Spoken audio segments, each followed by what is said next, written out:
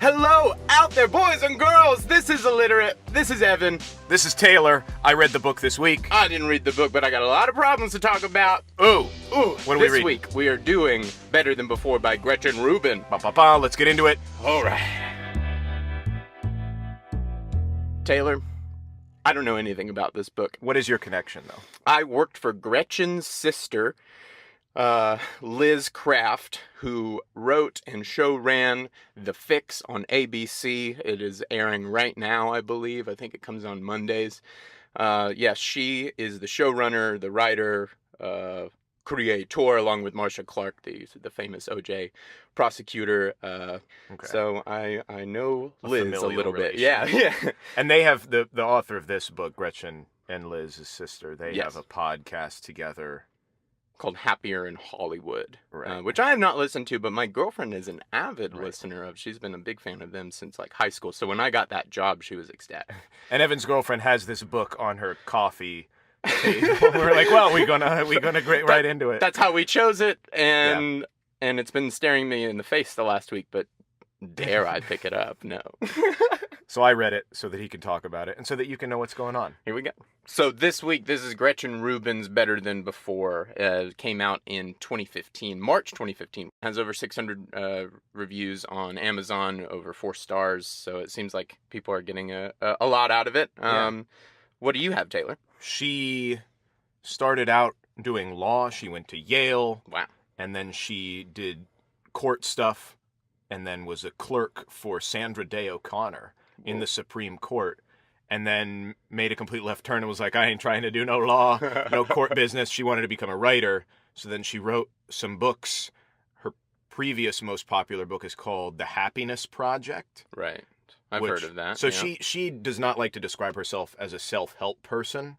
Weird, because that's exactly how I would describe her. Right, not knowing exactly. anything And that's about. what everybody does, but she is more of what she wants to be like a self-help memoir kind of thing. Because her stuff she doesn't have a background in neuroscience or addiction behavior or any of that stuff. It's more just her kind of personal experience with it and doing experiments on her own, which lends a very I use the word personal too many times, but intimate approach to the subject matter, which is what endears a lot of people to her. However, but she's not professing to be like the authority on this subject factually. and especially in this book, Better Than Before, where she's talking about habits versus just general happiness. She's saying, this is how I do it. She makes a point to be like, everybody's got their own thing. We're all looking for the one key to happiness or to habits or whatever. And she's like, you got to know yourself more than anything. So I appreciate that about her. A lot of people don't like her, or her critique and criticism comes from the fact that she is a bit of a freak when it comes to this stuff. Whereas like she is exemplifying the only best watch quality. The Greens with the Greens. Yeah, and just all the perfect life and the apartment in New York, and her husband and her are really wealthy, and she does all this stuff, and she has 5 book clubs, and she's making apps, and like just the a lot of opportunities and open doors there. Yeah, and so I think that's where the criticism comes from, is people are like, but she's not slogging it out. Right, she's in not the trenches. restrained, yeah. But she, at least I feel like she did a good job of being like, this is who I am. I'm being Gretchen. Me. Yeah. And this is my story. It's not a one-size-fits-all. That's not the title. Yeah. So she says at the beginning, we repeat 40% of our behavior. Habits. I'm terrible with habits. How are you with habits? Oh, I'm sure they have a grip on me like no other. And but I try. I try to build them and I try to break them. I don't know how successful I am at that. I feel like the people around me in my life are a better read on that than myself. Right. So you'd have to ask them, I guess, how good I am at any of that. But hey, how good is Evan at habits? He's all right. Perfect. Oh, okay, thanks. She says that the purpose of habits is to decide not to decide, which I agree with. It's to put things on autopilot because we're spending so much willpower thinking what to do. If you can just the classic morning routine, or just what is the way of going about it without having to think so hard about what you're doing. So you get up in the morning, okay, I have to brush my teeth, but I need to Where's my toothbrush? Yeah, if you can just run it. I have a huge problem with that. I have nothing in my life is systematized in that way. Well, I often notice that I'm just overcome with thought, and when I come back to reality, I realize I've just been sitting silently and motionless for 30 seconds straight, looking at nothing. That's actually, we edit out 5 hours of this podcast because I'm waiting for Evan to say something. I'm just staring at the... It's real uncomfortable. Yeah. I'm making a huge sacrifice here. Yeah, but she's just saying, you know, she had a story of her friend who's like, I ran track and cross country and all this stuff in high school, and now I don't run at all and I want to. And it's like, what is the difference? How did you change from where this was such a habit? There's got to be something about you. Mm-hmm. So she was saying she's not into the neuroscience, or she doesn't tackle addictions or these kind of things. She's focusing more on the methods of habit formation. So the first thing in that instance of her friend being like, I used to run, now I don't. What changed? Right. It comes down to self-awareness. So the first section is self-knowledge. How does a person respond to, and this is her big thing. So she has a quiz online. Yeah. Which will take, she divides people into 4 categories, which I think this is the meat of the book. The rest of the stuff is the individualized tools and tactics and things. But this, if you really get a handle on where you fit into the 4 different categories of people and how they respond to the outside world, I think that is a huge help in discovering how you can change your habits. Right. I tried to get Emily to just prep me just a little bit last night, and she immediately goes to, you gotta have to take the quiz. And I'm like, but we might want to do, that might be part of, and she's like, but I can't help you if you haven't taken the quiz. I'm like, Yeah. So Evan's going to take the quiz. The thing is how you respond to expectations in life. And there are 2 different kinds of expectations. Outer expectations that people around you have, and then your own inner expectations. Mm-hmm. And it's divided into 4 sections. And who you want to actually fulfill, where does it matter, where you come through? Are you pulling for yourself, or do you need to live up to what you said you would for other people? Or both, or both, neither. So that's the 4 different ways of doing it. So she calls them the 4 tendencies, and it's like the habit sorting hat. So we're going to sort you, and then we'll say where I got sorted. So, the 4 tendencies from the habit sorting hat are upholders, questioners, obligers, and rebels. So the way that this works with the expectations, your outer expectations and your inner expectations. Mm-hmm. Outer depending on other people, societal influence, inner expectations, your own personal thing. Right. I'm going to meditate. It doesn't affect anybody else, that kind of thing. So the upholders, which is what Gretchen Rubin is, which is why people don't like her, because it's kind of a freakish thing. It's one of the rare ones. You meet outer expectations and you also meet inner expectations. So if you're talking about today, the question they would ask is, what's on the to-do list for today? The downside is that they stick to a path. Yeah, there's no room for spontaneity or happenstance or life. Or it's just like, well, this is on the list. Yeah. Right. The second one is questioners. So they resist outer expectations and meet inner expectations. So they say, what needs to get done today and why? So they have a good inner sense of what needs, but if there's no reason, or they're the questioners. So it's harder for them to fulfill these outside obligations. That's the one I feel like I'm leaning to, but we'll see what comes out. The third one is obligers, opposite of the questioners. They meet outer expectations and they resist inner expectations. Mm-hmm. So then their question is, what must I do today? So they're very good with sussing out the expectations. I could be either one. Outside of it, I'm a blend of those 2. Yeah. And then the fourth one is rebels, resists outer expectations and resists inner expectations. And their question is, what do I want to do today? Mm-hmm. So before we say what I am, the reason I think I might be a questioner is because I'm trying to, and this is often a thing that bothers me in just conversation, even with people, is I'm questioning. I'm trying to understand it the way you understand it, because I don't. That's why we're having a conversation. That's why you're telling me something. So I'm asking a question because I want to see it the way you do. Help me see it the way you do, so that everything I do is in line with what you are trying to do. But that's also kind of obliging. Yeah. Right. Yeah. But so that's exactly why I'm saying I'm a hybrid between both, because I'm constantly asking questions so that I can reframe my efforts to fit whatever you need. Mm-hmm. Because if I'm, So the answer is, this says your tendency is obliger. But like you said, you're probably, I mean, those questions are Right. variations. You're probably a blend of the two. And most people are questioners or obligers. Mm-hmm. The two rarities are upholders and rebels. Freaks. Weirdos. Obligers are the only ones who dislike their group, who don't want to identify with it.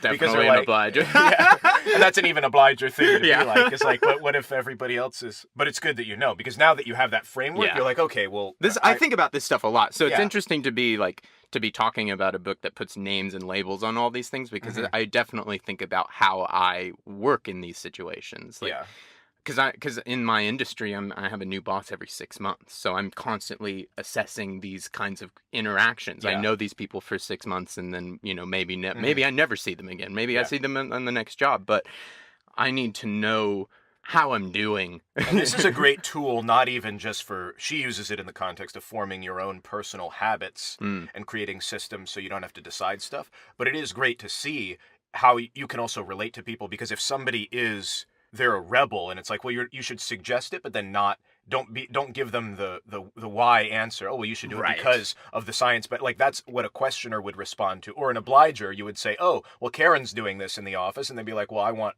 to have respect for her, so I'm going to do that. Mm-hmm. But if you told those reasons to a rebel, they would not want to do it at all. You'd have to suggest it and be like, well, you can do it if you want, or Right. not. That reverse psychology. Yeah. You could do that if you're not scared. Yeah, that kind of, exactly. So I fall under the rebel category, which I don't know if you would have picked that for me or not. I don't know how. Maybe, yeah. Yeah. I mean, you do get asked why you're homeless all the time, and you're not homeless, so that might be a Right. large indicator. I would probably say my subset is questioner. And obviously this is a gradation of scale, so it's not like it's easy to put people in boxes and be like, this is what you are, but most of Right. the time. That's what I mean. It's like, Or well, it's a good I'm very, very much so two of them, so I don't. But it's a good framework to figure out what more you lean to, or definitely what you don't respond to. Yeah. So don't start to formulate habits thinking that that's going to be like, I had a big problem where I'm like, okay, well, I might not even necessarily respond well to the external accountability because I resist that. Right. If I went running with my friends, was like, we're going to do this every week. It's like, well, I'm only doing it because I want to beat them, not because I need their See, validation. if we were in that same running group, my only reason for being there was I want to hang out with my friends, so I'm going Right. to go run with them just to be with them. Right. And the So that's running fun, is yeah. totally So the example, secondary. So the example for running, as an upholder, the reason you would do it is because it's on the to-do list. As a questioner, you would rattle off the health. See, for me, that's fake. I'm just like, dude, so you just did it because you're Right. a robot and you just decide. But that's No, how some get that people- out of here. That's not real. No. Yeah. A questioner would rattle off the health benefits because they want the reason behind it, the outer reason. An obliger goes with a partner to work Definitely. together, and a rebel espouses the freedom it brings, the independence, their desire to do it. Mm-hmm. So then in this section about self-knowledge, there's a couple more things that if you pinpoint them will really help you determine how you can orient your habits, because everybody's different. Right. So there's different Also, disclaimer, nor are we experts on any of this. Right. This is solely, just experience. This is what this is who we are and what we're going through. So please don't take all of this with a grain of salt. Or please Just a take it with disclaimer. 5 grains. Take of it with salt. 5. Huge Himalayan salt lamps. Because we don't know anything. I just read Go this to our book. merch store. We got Himalayan salt lamps, illiterate at Shopify. No, I'm just kidding. .biz.net.gov. But yeah, so these are just some other things, just ways to think about it. Ways to think about who you are. And like she said, it's up to you. The best habits are up to you. I might hate meditating. I might have a great 6-hour morning routine, get up at 3 a.m. You might grab your phone, take a poop, and rush out the door. Like, it just depends on who you are. But here are some other things to think about where you might fall on a spectrum so that you can better orient your habits. Big questions, furthering define yourself. Owl or lark? Do you stay up late? Do you get up early? Definitely an owl. Exactly. So these are things that are pretty hard to change unless it's your age. Kids tend to be more larks. Same thing with older people. So it shifts over time, but sometimes you'll largely fall into a subset. Yeah. And then how you approach things. Marathoner or sprinter? So if you have projects, if you have other things going on, do you like to take your time? There's the people that get the essay done 3 weeks before because they pace themselves. Right. Or there's the people that like, now this is different from procrastinating. If you're a procrastinator, you're probably a marathoner in disguise who just sucks. Like you should. An undisciplined marathon. Yeah, you're not a sprinter because a sprinter. You could be a good one maybe if you put work into it. Exactly. A sprinter purposefully waits to the end because but they still do it well. Yeah. They like the rush of that. I think I definitely became that. Okay. I think by the end of college, I like had figured out the system right for myself, and like I just knew how to make it work. Yeah. So probably not the healthiest, but that's where I was 2015. Yeah. I don't know what I am now. Give me an essay. Yeah, things to think about. And then underbuyer and overbuyer. This one was interesting because it's like, do you... Oh, this is a big one. I can talk about this all day. Oh, yeah. I'm an overbuyer, baby. I hate going to the cabinet and not having what I need. I hate it. You want a full pantry. I want a full pantry. If there's a thing, if you're like, I'm going to start running, I want the shoes, I want the Fitbit, right. I want the... If I know I eat a granola bar at noon every day, I eat a lot of granola bars. So maybe we should stock up on them. You know, it's like that kind of thing. It's like we should just have them. And so every time we go, we should just buy one more because we always use it. Personally, it's LaCroix in our house. So it's like we're always drinking in the it. Russell household. It's ever flowing in the Russell household. And I am the exact opposite. I am an extreme underbuyer where I'm like, I don't need this. Holes in my socks. Yeah. I think it comes from also A, how you're raised, B, your genetics, and C, it applies to habits as well, because a lot of times people will use it as an excuse of like, oh, well, I can't start running because I don't have all the gear, I don't have what or same thing, it's like, well, if you just bought this app for $3.99 on the App Store, it could irrevocably change your life, but you're an underbuyer and you're like, I don't need that. And it's like, right. But this is... And so I've wondered if have been like falling into that category some. So like over the last year, I've made a conscious effort to go like, well, if I think that there is a tool that could be useful to me, I am going to consider acquiring it to see what that actually does prove in gains. Just because I've suspected that maybe I don't as much as maybe as I should. I don't know. It's kind of just a test. It's like, should I do this more? Because generally I'm like, I shouldn't waste my money. I can do that on my own. I can figure it. But lean into that strength of yours because that's your So I'm, that's been something on my mind the last year. Just could I make? Am I just testing the water to act like a barometer to see where I really am on that issue? Y'all should test yourself out, or just think about it. Do something you wouldn't normally do and see how you feel about it. That's kind of how I am. Yeah, that's kind of what I mean. If I bought 6 cases of LaCroix, I'd be like, what the hell am I doing? Right. Yeah. Well, see, that would be beautiful because you don't drink LaCroix really. Like, right. You would just be, this is absurd. So that ties into number 4, simplicity or abundance. Right. Which do you side with? And this is one I'm trying definitely. This is very much so on my plate on a day-to-day of just what do I need and what do I want? What I haven't even watched the Marie Kondo stuff, but I'm just like, well, what does make me happy? And I look around my room. Everything. Number 5, finisher or opener. So do you like cracking into the new bag of granola, or do you like taking the last drop and throwing the bag away, that kind of thing. And that helps with habits too, because you can look at it and say, okay, I love starting these things. I love starting a new business. I love buying the new running shoes and like coming up with a plan, but I hate closing the deal. Right. And then similarly, familiarity or novelty. Well, that's why if you were like, oh, I'm great at starting things, but I need to finish, that's where you look for a partner who has that other quality, somebody that you can work with. Especially if you're an obliger. Right. Yeah. Familiarity or novelty, similarly, promotion or prevention. So do you like saying I'm going to do this versus I'm abstaining from this as a general rule? Would you rather add things or take them? They're all kind of similar on a similar scale. Interesting. I hadn't thought about that one. And then small steps or big steps. Do you like taking the little one step at a time? Do you like signing up for the French class, or do you like moving to France for 6 months? Right. Depending on the person, that could either be very useful or very harmful. And which of the 4 tendencies you have. So that's section number 1, where she's just like, it's up to you. You got to know yourself. So the pillars of habits, the 4 strategies that she goes into that are essential, no matter which type you are. The pillars, the foundation. Bum, bum, bum. Monitoring, the foundation, scheduling, and accountability. the rest of the stuff in this book is kind of all things that you already know, the platitudes, but it's good to refresh or see. I mean, it's funny because she has the 4 of this and the 3 of this and under the 3 of that. It's like that's her nature, is to make these lists. It's funny to see that in the book. But these are the 4 strategies. So monitoring, what gets measured gets managed. She throws some statistics. I don't know where this came from, but she was saying that there were couples. We tend to remember the bad and not the good. Or like, if we're doing the diet recording, we'll record when we ate healthy and then not record the slice of chocolate cake because we don't want to remember, you know. But she was saying the couples that had problems, 70% of them improved based on tracking the good and the bad, because most of the time we remember all the arguments. Exactly. I know that to be true, that we definitely dwell on the things that went wrong. It's the conflict. That's why we make movies about conflict. Yeah. That's where our mind kind of goes to. So knowing that, because I know that, I'd always try to put that on a corner of my mind and go, I'm always going to have that stuff more prevalent in my mind. If I thought about this from an outside view, what would I see? I would see that stuff, but what else would I see? Yeah. You know, so I feel like that this monitoring it's not all is the where, bad. Yeah.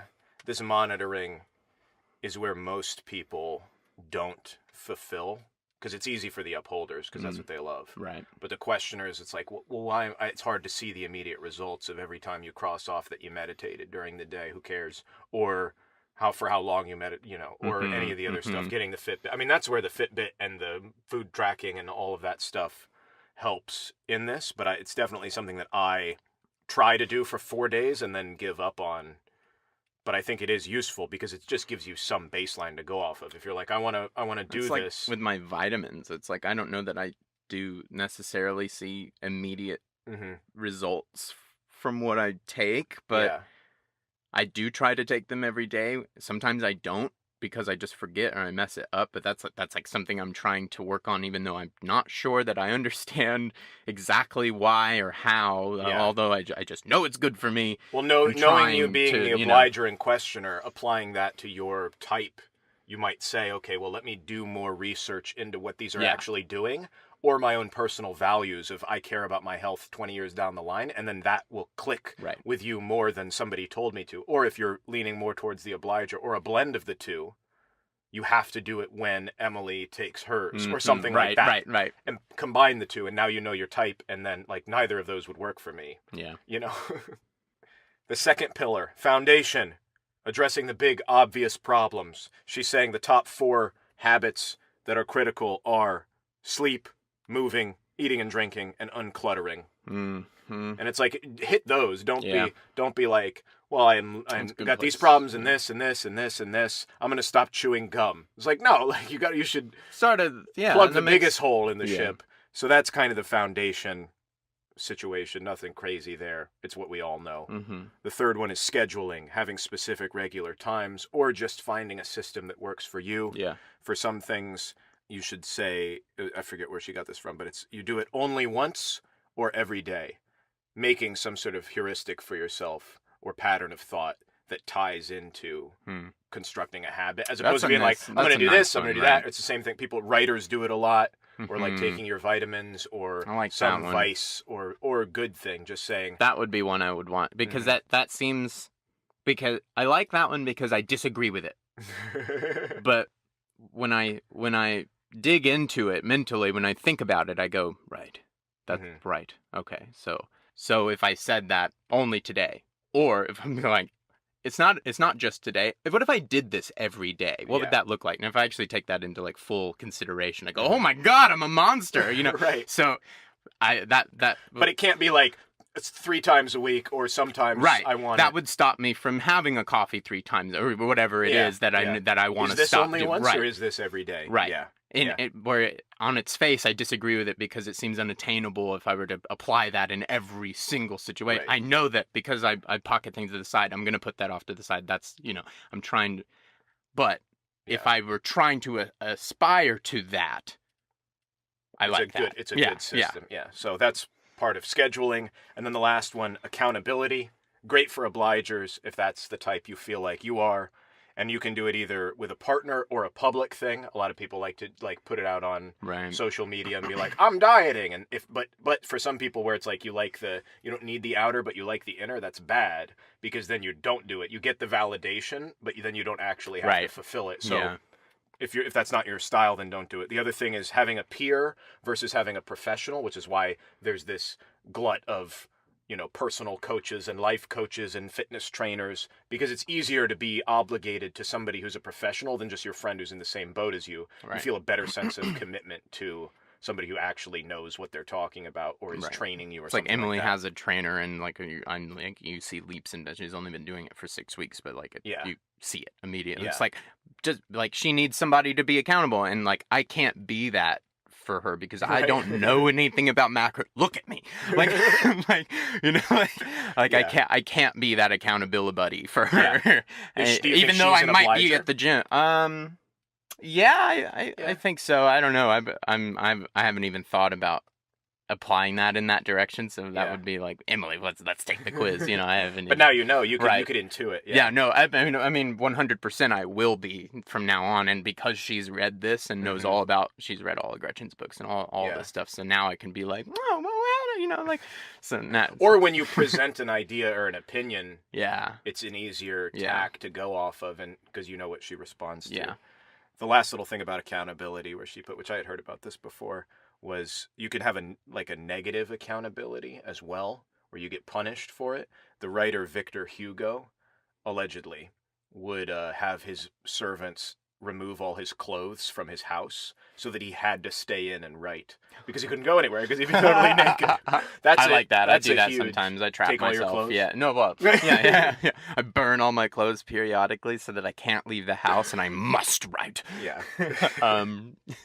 No, I try to box myself in, like put outer constraints to kind of like, as opposed to make being me a positive, do something. Yeah, the negative. If I don't do this, I'm gonna be in a lot of trouble. So those are just the basic pillars. The next section is the beginning strategies when you're starting a habit. Okay.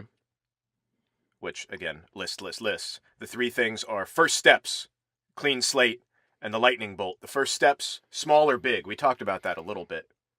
Do you take a small step, or do you take a big one? Do you look up French classes, or do you move to France? Right. That's just a personal thing that you have to figure out on your own. She does say, though, based on her... Also contextual, because depending on the thing, you might have to jump in, or it might take 3 years to build a habit to become an astronaut. Right, You can't just become... Once or every day. I guess I'll be an astronaut once. Yeah, you can't do it. Hello, NASA. The other thing she says is about restarting after a lapse. So the first steps are great when it's a new thing, but if it's like, I was doing this diet for 6 weeks and then I fell off the wagon, the novelty is lost, the all of that kind of momentum. You're jaded. Now you're like, how it can fail. So now you know a way it can go, and now because it's human experience, now that seems like the only way it can be. Yeah, and because so that's your only frame. That's your party of one frame of reference. Is this doesn't work. Yeah. So build yourself into that frame of mind. Be on the lookout for that. The other thing that can help fix that is number 2, which is clean slate. So recognize fresh starts as a benefit. Find when those times are. The new year, that's why people like it. A breakup, a new city, a new job, all of these things that will change, give you that clean slate to say, now I can do this because I have lost that preconception of how this situation will turn out, because it's a whole different thing. But beware, because it might remove cues from other habits that you have. Right. If you went to the gym in your previous city because it was easy because it was right down the street, that's removing that trigger, because now it's harder to get to the gym because your jiu-jitsu class is 10 miles away. Right. That might be harder. That now it changes your habit. So beware of the clean slate. Look for it, but then also be wary. Be wary. And then the last one, which I found interesting, she didn't really talk about what I think about it, but it's the lightning bolt. It's what you're unable to control. It's an accident, some journey, a diagnosis, these big moments that come out of nowhere. Or it could be a quote from a book. An act of God. Exactly. That's why it's called the lightning bolt. Odin, Thor, Zeus. They're all looking out for you. But watch for it, because you never know when it could happen. Yeah. I think, though, this is what everybody wants to give, because that's how they got it. and that's how their habit changed. They collapsed on the stairs, and now they're lean and trim. Right. It's like, but I didn't collapse on the stairs. Right. That wasn't my You lightning can't make bolt somebody moment. feel that, yeah. Or somebody reads a book and they're like, this was the most incredible Right. thing I've ever read, and it changed my life. Here, you read it. Have the same lightning bolt I had. It's like, but that's not what changed. It was just serendipitous circumstance. But it seems to be what most people pawn off on other people as the fix. The Fix, ABC, Monday. There it is again. The setup, the payoff. That lightning bolt, and I think everybody is waiting on the lightning bolt, to be honest. Yeah. That's fine. Because that's the fun one. Well, you don't have to do anything. It just happens. You know, it's Yeah. just like, oh. That's great. Yeah. You don't have to do anything. Well, that's why everybody's waiting for it. Yeah. That's why everybody does that. Is everybody's kind of waiting around for their life to change. They're waiting for that lightning bolt. And sometimes it's just not coming. Or I would find that 99% of it, They're it's not looking in the right place. it's bad. Too. Yeah. The lightning bolt is usually like I said, like you collapsed on the stairs, or your mom got cancer, or And how do you deal with that? you change your life. You Yeah. change your It's like, systems. how do you go from there? Do you go up or down? Yeah. It's very rarely like, oh, I won $1 million. That Right. was my lightning bolt. Or that usually ends in But misery. I mean, in anything, it's like changing any habit, changing anything you don't like. Down to a certain degree, you just kind of want it to be different at a certain point. And so we are kind of all waiting on that lightning bolt to a degree until we actually take the steps to change it. Yeah. Until then, you're waiting on the lightning bolt, and then you're waiting on God. You know, like that's not something I would invest in. Yeah. Look at the first steps. Look at the clean slate. So now that we've figured out our beginning points, or just the basics, the continuing strategies, what she goes into: effort, what it takes, like you said, people waiting for the lightning bolt; failure, what to do when it sucks; and then pleasure, the good stuff.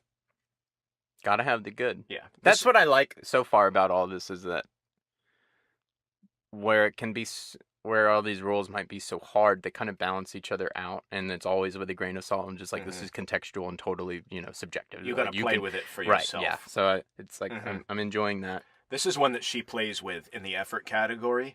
Convenience, which is why people do Weight Watchers, which is why they use tongs instead of spoons. If you make it easier for yourself to do something, you're going to do it, which is why there's also a problem with having candy in a jar out in front of you, right? Because then you're more likely to take it. But if you make it easier for you to succeed, which I thought about, it's why this podcast we're able to do, is because the train moves directly between, you know what I mean? Like, it would be a harder habit to continue to do on a weekly basis if I had to drive 4 hours. Right. If I was like through off traffic. in Woodland Hills or something, and you had to get all the way from, So this, however, is a problem for underbuyers, because they're less likely to invest. Like I was saying, if somebody wants an app to help them track their weight, they're like, I'm not going to spend the $4 if you're not used to gaining resources. Right.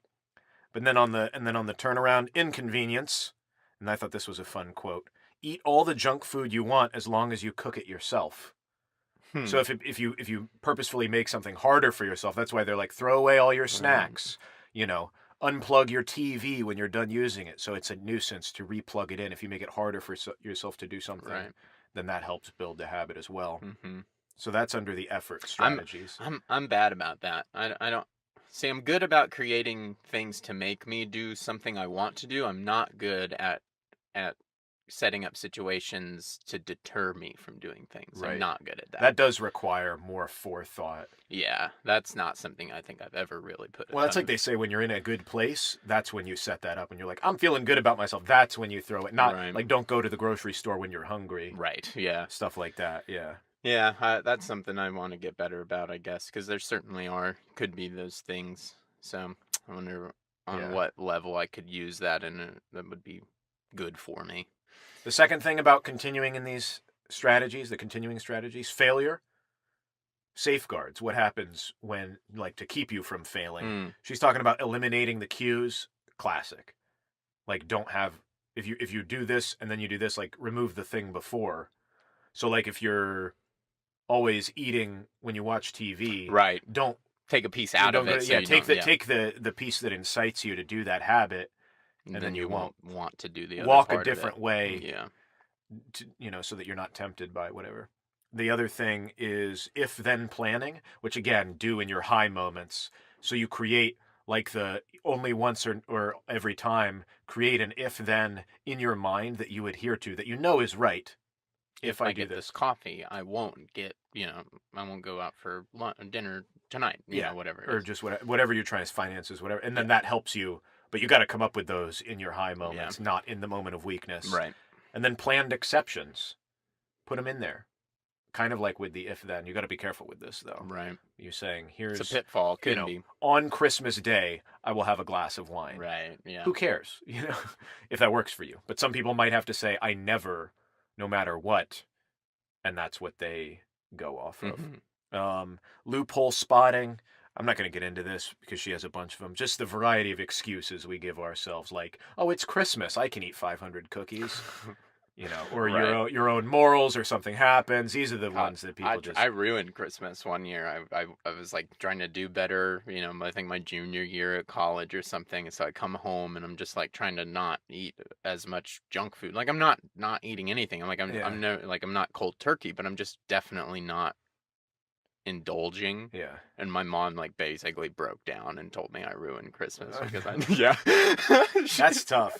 It is, because like she has an expectation that I'm gonna come home and we're gonna do Christmas, and so it's like me on this other track of like, I want to watch this and that, still trying to do all the same things, but it does make a material difference to her. That was really hard. And honestly, Gretchen brings up in the book kind of that aspect of her personality where she's like, I'm an upholder, so I keep up with the list, and she's on the big 5 personality spectrum, very low on agreeableness. So where somebody else might identify with, oh, I'm a people pleaser, or oh, this is what is mandated by me, and so that's what's more important. She's like, I don't care if people think I'm fussy. That's why I'm able to eat this way or do these habits or experiment with these things, because I don't care what people think about this, because that's part of my identity, is that's who I am. I'm Gretchen, and that's my way. Whereas that might not work for people if you're like, well, I do care what my mom thinks about Christmas. Right. That's not worth upholding this habit. So it's just like so dependent on the situation. That seems too much. A little hard and fast. Right, and that's why people don't like it. But she's putting her, this is her only me all the time. You do you, Gretchen. And then pleasure. The third part of continuing a habit. You got to have some good stuff. Yeah. I thought this was very important. She said, rewards, dangerous. Because a lot of people think that, I'm going to treat myself. But that's only really good for goals, not for habits. Right. Because the habit you should be doing for its own sake. And which is why people are like, oh, I know we're talking about diet all the time, but that's like the main one that people try to have better habits on diet and exercise. So with that, they're like, oh, well, I'm going to do this diet, and then you fall right back off the wagon and because you achieved your goal. Or it's like, oh, I ran this marathon, and now I don't run every day. Like on my list of habits here, I've got food, healthier choices. It's not necessarily about like I'm going to cut gluten out of my diet, or like I'm going to not do this thing forever, or I just generally want to make healthier choices so that over time I see that benefit and result. It's not like, I don't know, like I for me, cutting sugar out isn't going to do it, because maybe I need that motivation for a specific day for a specific reason. So I don't know, like, so for me, just healthier choices working in a grander goal, I guess, is what works for me. Yeah. And we'll get into the last section is your unique strategies. So what you can think of for yourself personally after we go through the vague kind of general stuff that everybody knows. But those rewards, and the other thing is rewards require decision. And the whole point of habits is to remove the decision process. And it's like, oh, well, now that this happens, then what do I get? If you remove that, and you have the risk of the finish line, like I said, when you get to the thing, it's like, cool, I did this. Now what? Right. It's like I would just like to have the habit of like, I'm craving broccoli because I eat broccoli a lot, and that because I eat a lot of broccoli will result in a healthier aspect of. And this is what she was saying. It should take you deeper into the habit and not remove you from it. So in the book, she was saying there's a guy who's like, I'm going to quit coffee and then I get to buy myself an iPad. She was like, you can do that, and that's fine, but treat it as a natural consequence of the habit of like, okay, well, because I quit coffee, I'm saving $3 every day, and so that allows me to buy the iPad, even if you do the exact same thing, and treat yourself as opposed to making it a reward but like little treats throughout. Also, it should be like, oh, because I feel better, I get to walk outside now, and that helps with your exercise routine. I It's definitely like, do that a little bit of Yeah. just like small, like just things I know I want, and I guess like setting them up as some sort of payoff for doing things that I don't want to do or that I would rather would go quicker. Of like having just like a little, it's like I know I like liming down the parkway. So like today, if I send out these 20 job Yeah. application emails, like I'm gonna go take that hour and just breeze down in the Yeah. sun with my sunglasses on. Like, you know, Because that, I accomplished right, it, and because this I is my did, reward. yeah, exactly. It's like Yeah, you I gotta want to have get those. outside for, you know, it's like that's my reward is to go spend the, you know, Yeah. the $1.50 to go do that, whatever it is. Yeah. So I definitely try to employ that, but I should try to, on all of these things, even the ones that I know I do, I want to work at actually employing them a little better, tightening those screws on them, like actually Yeah. making them work a little more pointedly, I guess. Like I'm Yeah. just With some generally forethought. like a little bit lazy on all of this stuff. So I would love to identify the ones that I know I can make a headway in that would Or you really know make a immediately, like, I difference. love this. Right. Be Right. so easy if I just train my brain to do Yeah. that. So that's the continuing on strategies, how to make it work. The last little section is the unique strategies for each individual person. Clarity, identity, and other people. How you fit into all of that. Clarity. The two things you can become more clear on with your habits, which you were talking about with how do I tighten the screws, your values and the action. So for your values, you should connect them directly, which this takes a little bit of time, but there also might be conflicting goals where it's like, okay, well, I want to read for an hour every day, but I got to pick up my kids from soccer Right. practice. So how do I sacrifice? You should either think maybe there's a way that I can combine these, or you know, which you just have to become more clear, build more clarity into those situations, and then so that's the values side of things, specifically what it means to you, and then the action side of things, which I think is what a lot of people do. I certainly do, is not making the task specific enough. Like, be less stressed. Does that mean for you? Take a interesting photo once a day, and that will calm you down. Does that what mean, makes you less stressed? and then, yeah, and then you have to do that. And then identity. So what a lot of people get. Who are you? Exactly. This is the kind of person I am. So like she says, I'm okay with being the fussy one. Her friend Maria is like, I'm the fun one. I'm going to have wine at dinner. I can't make that an absolute rule that I don't, because I identify as the fun one. And if I don't have wine, nobody else around me is going to be having fun. Like, they're expecting me to be the fun one. So that can be to your benefit, or it can be to your detriment, if it's what you know you are, or you want to change it a little bit, or you've been so ingrained in something that people are going to be freaked out otherwise. The classic one is they asked people about whether they like to vote or to be a voter. And just that distinction, it was an increase in people. So people aligned with I am a voter, and that caused them to vote more than just I do the action of voting. So that might help if you identify with it. I am an athlete versus I go to the gym on Thursdays. Right. You know, you can change your mind. Yeah. And then the third thing is other people. So they exert influence and you exert influence on them, couples especially. It's more powerful to see somebody else's success than do all the research, which is why her books are popular, because she doesn't go into the science and the neuroscience. And she's just like, this is what I did. This is what I experimented on with my friends. This is my friend Maria. This is this, you know. But I think that helps. It's like talking to your neighbor. Right. And here he's like, oh, Joe, you look so good. You know, what did you do? And like, believe it or not, those are probably the people that we take most advice from, are those directly adjacent people in our lives. So it, you know, it's interesting that the book feels like a neighbor and not a doctor, you know. That's I think that's what a she's big trying to element get of across, that, and why she doesn't like the self-help, but more like the self-help memoir. It's like self-help, but like a point of view. It's like, this is what I did and what I thought about and how it worked for me. Yeah. This is how you could do this in a totally disassociated manner. Like, you could do what I did totally differently. It's still what I did, but it's you. You know? I think that is the good thing and the frustration of it, is the fact that you want, like, people go into this thing and like, oh, this is the lightning bolt. Right. Yeah, they're looking for the lightning bolt. But that's why the book is called Better Than Before. Right. Because that's the whole summation of the thing. It's learning yourself. That's why I think the 4 tendencies, the thing that she has at the beginning, is the big takeaway. trying to identify, okay, what am I? Right. And then you can use all these variety of tools, but you got to play around with it.